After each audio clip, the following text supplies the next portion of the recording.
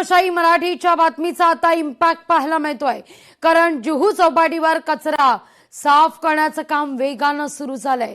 लवकरच स्वच्छ समुद्र किनारा मुंबईकरांना अनुभवता येणार आहे। लोकशाही मराठीचा सलग 42व्या दिवशी हा रियालिटी चेक आहे। आढावा घेतला आपल्या प्रतिनिधी स्नेहा जाधव यांनी। लोकशाही मराठीकडून दररोज जुहू चौपाटीचा रिअलिटी चेक करण्यात येतोय। आजचा 42वा दिवस आहे। जुहू चौपाटीवरती पाहिलं तर प्रचंड मोठ्या प्रमाणावरती कचऱ्याचं साम्राज्य पाहायला मिळत होतं, परंतु आजची परिस्थिती आपण पाहतोय कचरा काहीसा कमी झालेला पाहायला मिळत आहे। कर्मचाऱ्यांकडून देखील याच ठिकाणी काम करण्यात येते, यंत्रणा काम करण्यात येते।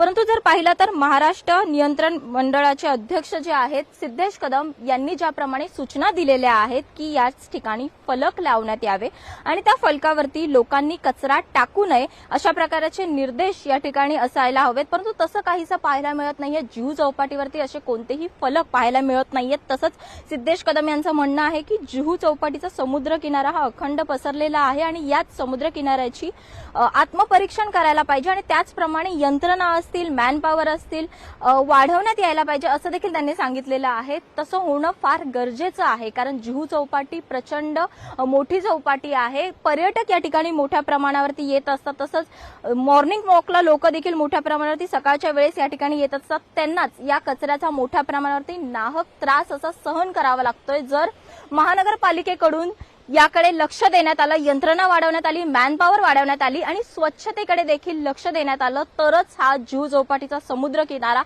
स्वच्छ राहील आणि पर्यटक असतील, मॉर्निंग वॉकला येणारी लोक असतील मोठ्या प्रमाणावरती याच ठिकाणी येत राहतील आणि स्वच्छ सुंदर असा समुद्र किनारा मुंबईकरांना लवकरच पाहायला मिळेल अशी मुंबईकरांची अपेक्षा आहे। व्हिडिओ जर्नलिस्ट राजेश मनियारसह स्नेहा जाधव, लोकशाही मराठी, मुंबई। लोकशाही मराठी ऐका, पहा, जागरूक रहा।